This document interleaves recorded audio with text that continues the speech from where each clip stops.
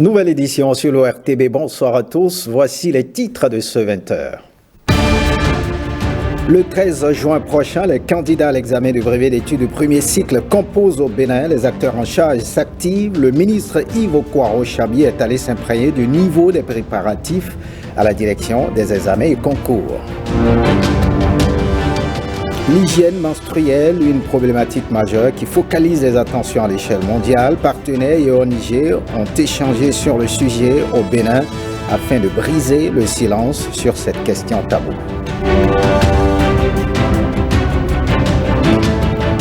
Et puis un message, un cadeau, un poème pour annoncer à votre maman que vous l'aimez.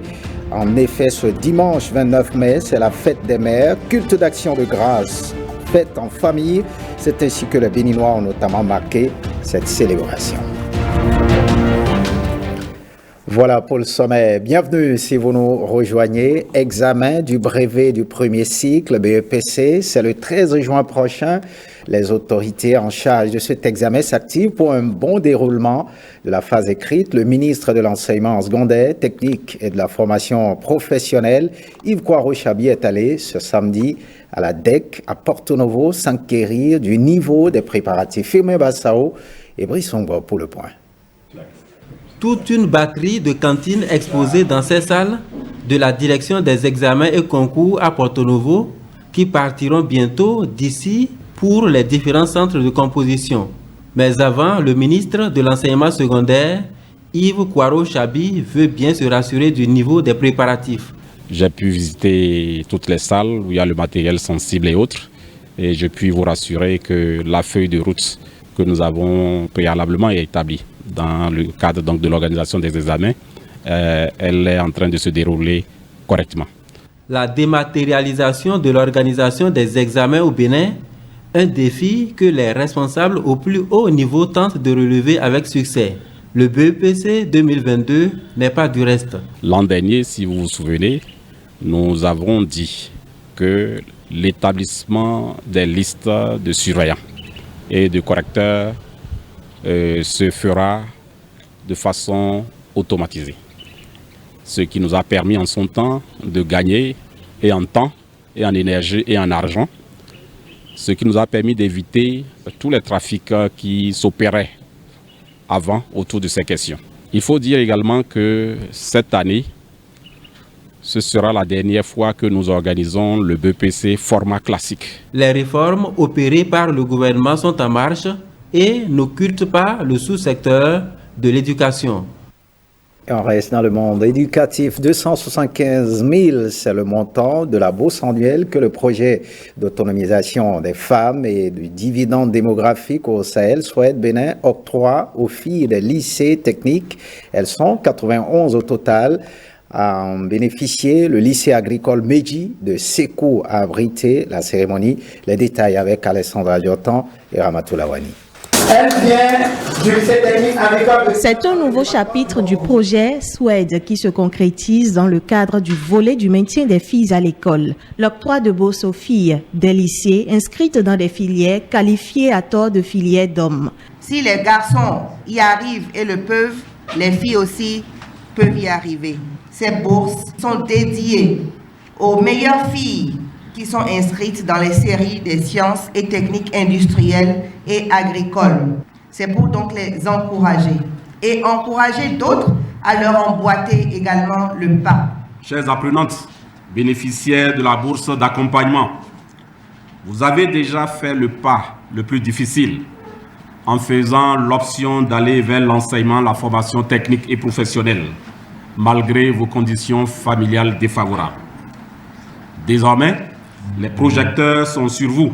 Les bénéficiaires proviennent des lycées et autres établissements de formation technique répartis sur l'ensemble du territoire national. De façon symbolique, 12 filles reçoivent ici leur chèque. Nous prenons l'engagement dès cet instant de faire bon usage de cette bourse qui sera entièrement consacrée à notre formation. Vous ne serez pas déçus et nous vous promettons d'améliorer nos performances scolaires Elles sont des privilégiés de l'État qui s'emploient à favoriser l'intégration des filles dans les formations techniques et professionnelles. Cette prise en charge annuelle va s'étaler sur toute la période de leur cursus. Passons à présent à ce renforcement de capacité. Les députés sont désormais mieux outillés pour agir en faveur de la santé des Béninois. Les 27 et 28 mai, ils se sont réunis à Grand Popo pour un atelier de renforcement de capacités techniques sur la couverture sanitaire universelle. La teneur des échanges dans ce compte-rendu signé Ola Rodrigue Bababito. Le directeur national de la santé publique est en pleine explication sur la couverture sanitaire universelle au Bénin. Les parlementaires et le personnel de l'Assemblée nationale suivent religieusement, tant le sujet est d'un enjeu crucial pour ces législateurs. Le meilleur moyen d'assurer la sécurité sanitaire et la prospérité est de mettre en place un système de santé offrant une couverture égale à tous. Selon Dr Tedros, directeur général de l'OMS, je cite, « Les parlementaires ont un rôle crucial à jouer pour y parvenir ». Fin de citation. L'initiative de cet atelier émane de l'Union interparlementaire. L'objectif est de mieux outiller le milieu parlementaire sur la couverture sanitaire universelle. Nous, parlementaires, devons doubler nos efforts pour que les grands principes en matière d'équité et d'accès universel aux services de santé essentiels soient mis en œuvre. C'est pourquoi nous ne devons avoir aucun complexe à aller à l'école des pays qui peut-être expérimentent déjà à grande échelle le dispositif de couverture sanitaire universelle. Durant 2 jours, des communications sont données aux parlementaires par des experts nationaux comme étrangers sous le regard bienveillant de l'OMS venu en appui à ces assises. J'aimerais profiter de cette occasion pour souligner que l'OMS entrevoit d'ailleurs entreprendre une étude sur les lois de santé publique pour la CSU dans la région africaine de l'OMS afin de fournir des données probantes qui permettront de renforcer la sensibilisation des États membres, d'évaluer les lois existantes et leur mise en œuvre, de répondre aux soutiens spécifiques des pays à partir d'outils adaptés et enfin de partager les leçons apprises. Les parlementaires repartent ragaillardis, mais souhaitent être mieux informés sur le mécanisme de financement de la couverture sanitaire universelle. On ne change pas de registre. Le 28 mai, c'est la journée mondiale de l'hygiène menstruelle, une journée initiée par l'ONG allemande Wash United en 2014 qui vise à briser le silence sur les questions tabous et sensibiliser à l'importance d'une hygiène menstruelle. Aura Bioko, chargé de la formation et de la communication au partenariat national de l'eau du Bénin, nous donne des précisions sur l'utilité de cette journée. Elle est au micro de Innocentia Loco et Roger Agosset. Lorsqu'on parle de l'hygiène menstruelle, vous entendez le mot hygiène et vous entendez menstruelle. Donc c'est une hygiène qui est liée au menstru. Les règles, on passe cette période pendant 5 jours, en moyenne aussi, parce que c'est également une période qui varie d'une femme à l'autre. 5 jours de règles et 28 jours du cycle. Voilà pourquoi on a pris le chiffre 5 qui représente le mois de mai et le chiffre 28 qui représente le nombre de jours. Il faut dire que très longtemps, les règles ont été une question de tabou. Cela occasionne des conséquences, beaucoup de conséquences sur la femme, sur les droits de la femme. Parce que, avec ces tabous, on peut dire que lorsque la femme est en règle, elle est soustraite de la vie de la société. Déjà partie de la vie familiale, on dit qu'elle ne doit pas partager la même case que les autres. C'est beaucoup plus à partir du XXe siècle. Les féministes, les activistes de la condition des femmes ont commencé quand même par dire halte à cette question. Les occasions donc de la journée mondiale de l'hygiène menstruelle, j'aurais aimé qu'il y ait des sensibilisations, qu'il y ait des campagnes médiatiques, qu'il y ait de l'information, qu'il y ait des descentes de temps en temps donc dans les écoles pour aller entretenir les filles, pour aller entretenir les responsables des écoles et cela ne peut être qu'une très bonne chose d'accompagnement de la gente féminine. Et on aborde à présent cette question qui préoccupe le gouvernement. La pollution sonore qui est une véritable situation déplorable que vivent les populations. Les cas sont légion dans les villes urbaines où la police environnementale effectue des descentes suite à certaines plaintes. Jérôme Ongbo et Bruno Rotepo nous en parlent. Dans les villes urbaines, Cotonou, Porto-Novo, Abomey-Calavi et autres, la pollution sonore est grandissante et les populations ne savent à quel sein se vouer. Ils dérangent du matin au soir. Eux commencent l'église de 8h jusqu'à 14h. À 14h, ils partent au repos. Donc ils viennent encore à 20h. De 20h jusqu'à 5h du matin. Vous voyez un peu l'église en face là. Ils font excessivement du bruit comme maintenant vous-même vous écoutez, non? Donc vous devez remarquer qu'à l'heure-ci, maintenant normalement on devait rentrer, peut-être se coucher, peut-être être au repos, avoir la tête un peu calme. Voilà, on fait du bruit à côté. Après avoir travaillé, tu es venu à la maison pour te reposer, dormir. Mais si tu viens à la maison, c'est comme si la ville est encore mieux que la maison. Bon, aujourd'hui c'est lundi, ils vont nous laisser un peu. Ou bien demain c'est mardi, ils vont nous laisser un peu. Ce n'est pas ça. Chaque jour. Je suis un nouveau bachelier. Durant toute l'année scolaire, j'ai été gêné. Chaque fois quand ils donnent leur sonorisation. Parce que quand moi je vais apprendre, ça me gêne beaucoup. Dieu, il n'est pas sourd. Dieu, c'est quelqu'un qui est calme, qui est tranquille.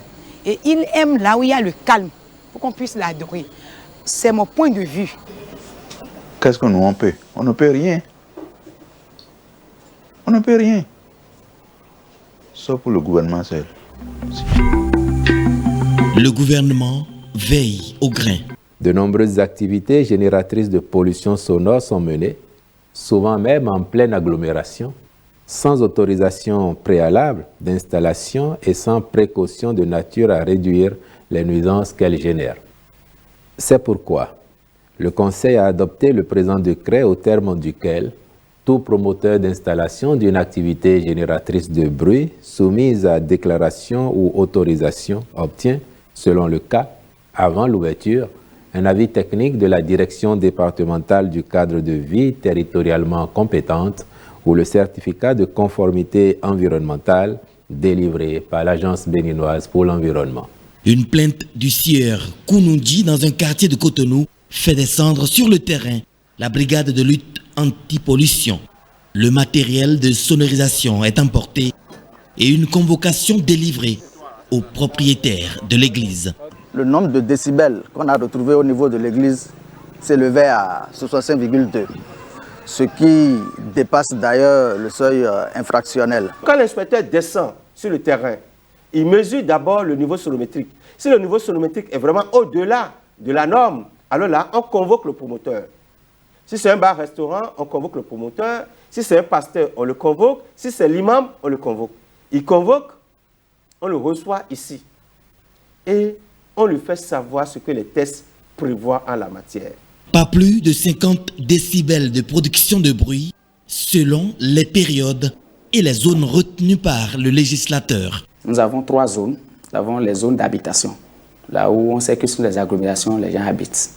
Il y a les zones commerciales et les zones industrielles. Donc, en fonction de ces zones, et selon les tranches horaires, un seuil est fixé. En dehors de cet article 7 qui fixe les seuils, il y a l'article 10 et 11 qui font des interdictions formelles. L'article 10, par exemple, en ces alinéas dit clairement qu'il y a des tranches horaires où il ne faut pas mettre en marche les ateliers bruyants. Il y a des heures où tout doit être calme autour des populations. On ne doit pas mettre en marche les ateliers bruyants. L'article 11 fait aussi certaines interdictions et interdit à ce que l'on implante des sources de bruit dans les lieux de culte, les maisons de culte, à côté par exemple des établissements scolaires, les centres de santé ou les services administratifs. L'article 11 interdit ça. Pendant ce temps, d'autres arraisonnements sont opérés sans état d'âme. On va procéder au retrait de vos appareils. On va vous laisser une convocation de la liberté de service. C'est où dans le nous allons nous retirer au bureau. Il n'y a pas ça pour le moment. Faites ce qu'on et on va vite écouter. On est prêt à vous écouter. Le bruit nuit gravement à la santé. L'ambiance sonore cacophoniques conditionnent en fait les gens à l'hallucination et à des perceptions extrasensorielles. C'est-à-dire que vous finissez par accepter et par percevoir des objets imaginaires ou involontaires qui sont liés au fait que vous êtes conditionné par ce bruit-là et qui finit par vous faire croire à une réalité induite par les modifications de votre humeur et des perceptions de votre cerveau. Les boîtes de nuit, mais le bruit est assourdissant, mais dehors on n'entend rien. Donc la technique existe. S'il y a une église qui veut faire du bruit et qui ne veut pas qu'on le présente au procureur, il n'a qu'à s'arranger pour insonoriser son cadre. Pareil pour les bars, restaurants et consorts. La réglementation de la pollution sonore est un combat qui incombe à tous. L'infraction expose à des amendes et à des peines d'emprisonnement. Eh bien, c'est une décision gouvernementale. Les activités bruyantes, vous l'avez suivi tout à l'heure, sont désormais interdites les jours ouvrables de 13h à 15h et de 22h à 6h du matin et les jours de repos de 20h à 10h du matin. Cette réglementation s'applique aux moulins, scieries, forges, discothèques, bars, restaurants, ainsi que la circulation des véhicules de publicité sonore et toute autre forme de communication aux manifestations bruyantes en zone d'habitation, y compris sur les lieux de culte. Les citoyens de l'OCOSA accueillent favorablement l'actualisation de cette réglementation par le gouvernement. Ils sont au micro de Patrick Ayadji et François Zinsou.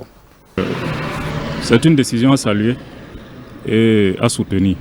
Le bon sens est la chose la mieux partagée. Et comme le dit souvent un adage, la limite de ma liberté se trouve au commencement de la liberté des autres. Donc, prendre des mesures pour pouvoir assainir l'environnement social, je pense que ça n'a rien de mauvais. Et ce qui serait plutôt souhaitable, c'est que chacun à son niveau prenne toutes les dispositions nécessaires pour éviter de nuire à ses voisins. Sur ce point, vraiment, je tiens à remercier le gouvernement parce que avant, il y a des églises qui font du bruit et ça, vraiment, ça ne nous permet pas de nous mettre à l'aise pendant un intervalle de temps donné, surtout la nuit, tous les bars qui dérangent à une certaine heure. Donc vraiment, nous remercions le gouvernement sur ce point. Je dors ici et je n'attends même pas jusqu'à l'aube. Ça, ce n'est pas une bonne chose. On va encore parler, surtout pour les églises, les autres choses, les camions, ça nous dérange. Si quelqu'un est tensionné, en moins de choses, il va tomber. Et ça va créer du problème au Bénin. Donc, nous devons vraiment remercier le gouvernement actuel, lui dire félicitations et l'encourager encore. Parce que tel qu'il a démarré, nous sommes très particuliers, vraiment contents de lui. La décision du gouvernement est une très bonne décision. Surtout, les gens ne respectent pas les règles par rapport à la pollution sonore. Il y a des moulins, surtout des moulins à maïs, certains moulins à maïs ou bien des moulins à condiments surtout. Les gens fonctionnent encore jusqu'à 22h, au-delà de 22h. Et entre midi et 13h, 15h même, les gens continuent de travailler. Vraiment, ce n'est pas du tout bon. Et puis, ça ne permet pas aux gens de dormir, aux élèves qui sont aux alentours, n'est-ce pas, de bien étudier. Vraiment, ce n'est pas du tout bon. Et nous remercions sincèrement le gouvernement pour cette décision. Et nous lui demandons d'avancer encore correctement sur ce plan-là. Et on parle changement, adaptation au changement climatique. Le ministère du Cadre de vie et de développement durable a procédé à la remise de matériel roulant aux informatiques et aux 4 communes bénéficiaires du programme d'adaptation des villes au changement climatique. Ce projet, entièrement financé par l'Agence française de développement, vient à point nommé soutenir ces communes dans la lutte contre les changements climatiques. Voici les précisions. Cotonou, Komé, Boyikon et Semekpodji sont les 4 communes bénéficiaires de ces équipements roulants et informatiques. Ce don vise à concrétiser le programme d'adaptation des villes au changement climatique. L'objectif général du PAVIC est d'accroître la capacité d'adaptation au changement climatique des villes béninoises et de renforcer les capacités des différents acteurs municipaux et centraux en charge du développement urbain durable, identifiés au niveau des communes. Il est prévu au titre de cette troisième composante l'acquisition d'un lot de matériel au profit de chacune des 4 communes bénéficiaires constituées d'un véhicule pick-up 4x4, une moto homme tout-terrain, 10 ordinateurs portatifs, un scanner et puis un serveur. Je voudrais remercier les maires pour la partition qu'ils ont jouée jusqu'à présent. Remercier également les secrétaires exécutifs parce que vous serez à l'opérationnel pour que le PAVIC soit un succès sur le terrain. Le projet bénéficie du financement de l'Agence française de développement. Le montant de ces matériels est estimé à 145 millions de francs CFA, de quoi réjouir les bénéficiaires. Nous nous engageons à ce qu'un bon usage se fasse des matériels et que dans les mois à venir, nous puissions constater les effets de ce projet que j'appelle novateur. Préoccupé par la situation du changement climatique, le ministère du Cadre de vie et du Développement durable a initié ce projet pour répondre aux grands défis majeurs auxquels fait face le pays. Il s'agit de la croissance urbaine avec près de 50% de la population qui vit dans les villes et l'influence des changements climatiques. Autre actualité ce soir, la congrégation chrétienne de l'Ordre sacré éternel des chérubins et séraphins Monzion du Bénin a célébré par anticipation samedi la fête des mères. C'est à travers un culte d'action de grâce dit au siège national de la congrégation à Porto Novo, Calvados-Ouanou et Doris Nathalie Olabi.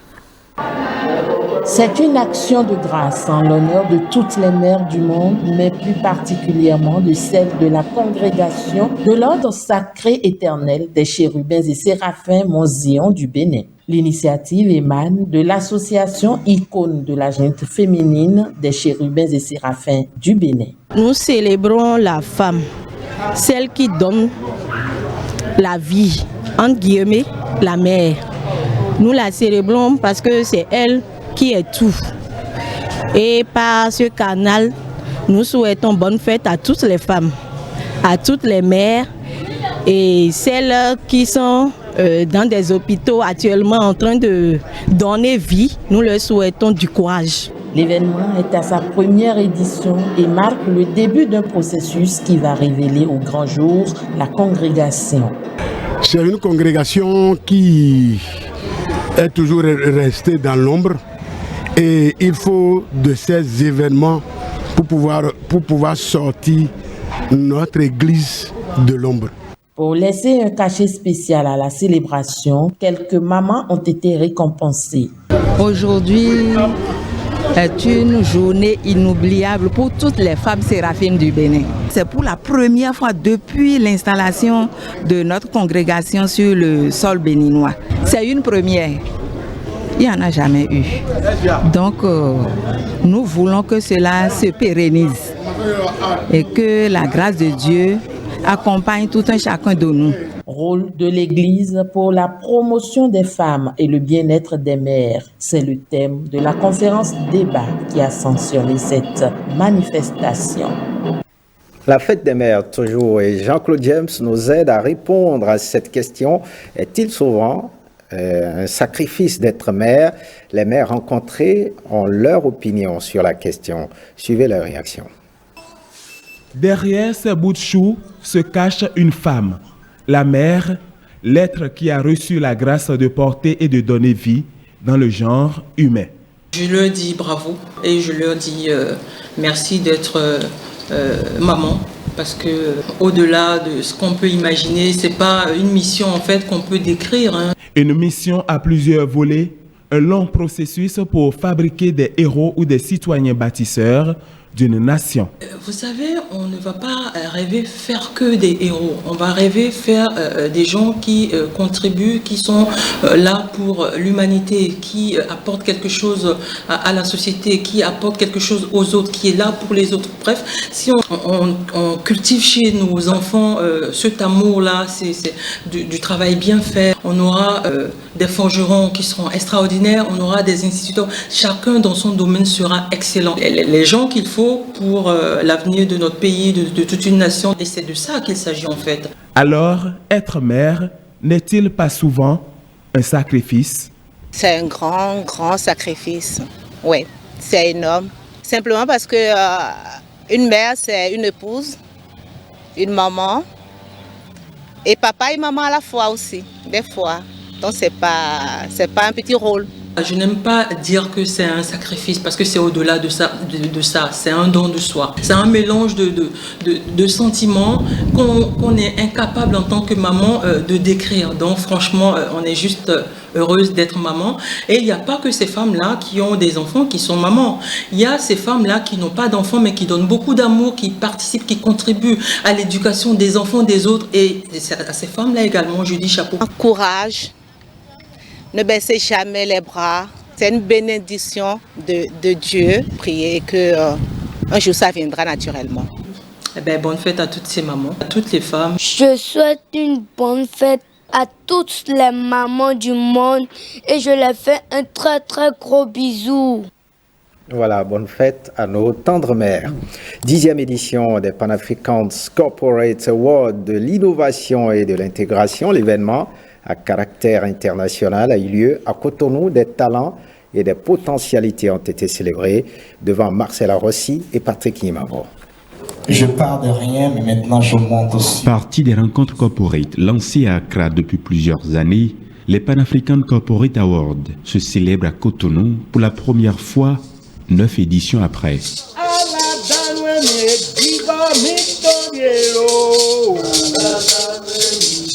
À l'image des éditions de Ouagadougou, Abidjan, Lomé et plein d'autres capitales africaines, des talents de différentes valeurs et de différentes nationalités sont ici célébrés. Il s'agit d'un événement qui promeut la jeunesse africaine, qui promeut la jeunesse qui se bat pour le développement de notre continent et qui veut avoir de l'impact. Alors c'est forcément une initiative à saluer. Je voudrais l'encourager à poursuivre, à renforcer encore son initiative, à continuer de découvrir, de dénicher des talents au sein de notre zone. Il y en a tellement. La salle était remplie de talents ce soir. J'étais belle comme une reine.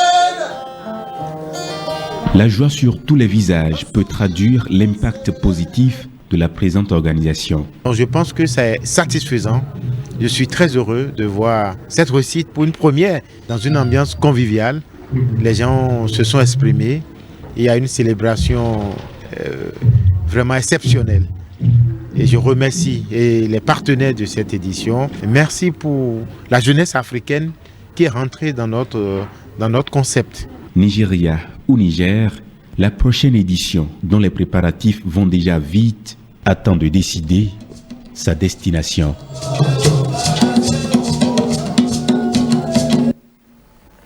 Parler avec une belle voix. Après 4 semaines de formation, les étudiants de la 6e édition de Coaching 100% Voix ont reçu le parchemin ce samedi 28 mai 2022.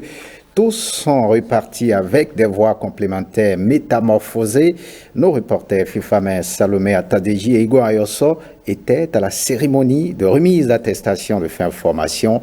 Voici leur reportage. Réaliser, c'est un mode de vie de travail du moins. Juste 4 semaines de coaching et la voix de Mélissa n'est plus pareille. Réaliser, c'est un mode de vie et de travail. C'est un état d'esprit rempli d'objectifs et de passion. La métamorphose est impressionnante. Cela est rendu possible grâce au laboratoire 100% Coaching Voix. J'ai fait un pas, un grand pas. J'ai une belle voix, je suis contente, je suis satisfaite. Tel que Mélissa, tous les étudiants de 100% Coaching Voix, édition 6, repartent satisfaits. Je suis très satisfaite parce que j'ai constaté à mon niveau qu'il y a beaucoup d'améliorations. Il y a cette voix grave que j'avais pas.